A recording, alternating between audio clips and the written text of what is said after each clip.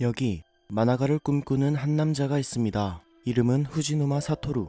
29살이라는 적지 않은 나이까지 데뷔를 못했기 때문에 생계를 위해 오늘도 피자 배달 알바를 합니다. 그때 사토루는 주변에서 위화감을 느끼는데요.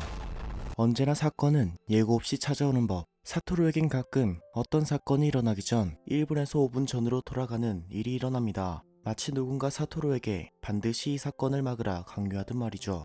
사토루는 이를 리바이벌이라 부릅니다. 타인에게 별 관심 가지지 않으려던 사토루였지만 오늘처럼 리바이벌이 일어나면 자신도 모르게 주변의 위화감을 찾게 되었죠. 주변을 면밀히 살피던 사토루는 차 안에서 기절한 트럭 운전수를 발견합니다. 그대로 직진했다간 앞에 있는 아이가 크게 다칠 수 있는 상황.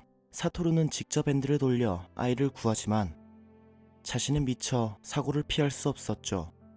이틀 후에 의식을 차린 사토루. 병원엔 같은 피자집 알바생 카타기리가 있었죠. 카타기리의 말에 따르면 트럭 운전수는 이미 심장 발작으로 즉사한 상태였고 아이는 사토루의 빠른 대처 덕에 무사할 수 있었다 합니다. 사토루는 다행히 가벼운 타박상 정도로 끝나 금방 퇴원하게 되고 지친 발걸음으로 집에 돌아오자 아들이 사고를 당했다는 소식에 한 걸음에 달려온 어머니가 있었죠. 홋카이도에서 급하게 온 어머니는 아들을 보러 온 김에 관광도 할 겸 며칠 사토루의 집에 머물 거라 하네요.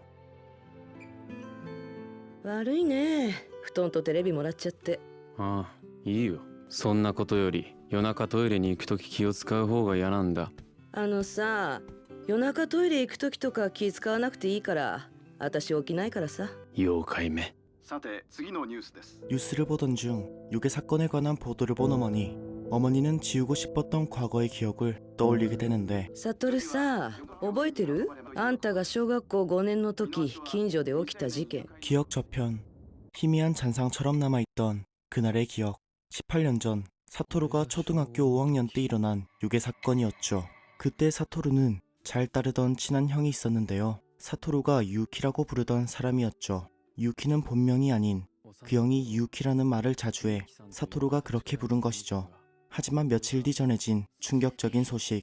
유괴 사건의 용의자로 잡힌 사람은 시라토리 준 유키 형이었습니다.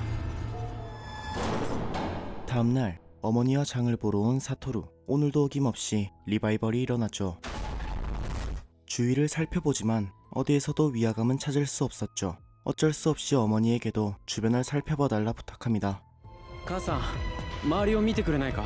なんかさ、ちょっと変な感じがしないか。そういや、あんた昔も同じこと言った時があったね。そうだっけ。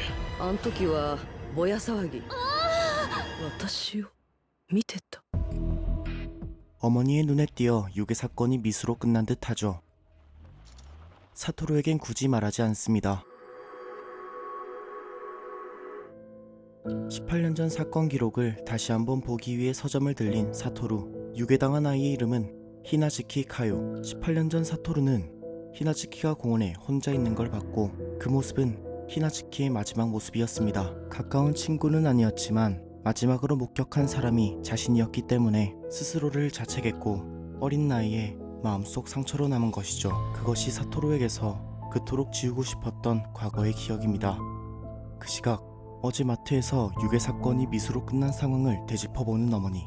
18년 전 일어났던 유괴 사건에 대해 무언가 떠올립니다. 思い出した。あの目の男が誰かを。犯人、本当に白鳥くんじゃないのかも。 어머니는 생각을 정리하고 집으로 돌아옵니다. 18년 전 사건은 이미 시효가 지난 상황. 하지만 범인은 비슷한 수법으로 범행을 몇 번이고 되풀이하고 있는 게 분명해 보였죠. サトル？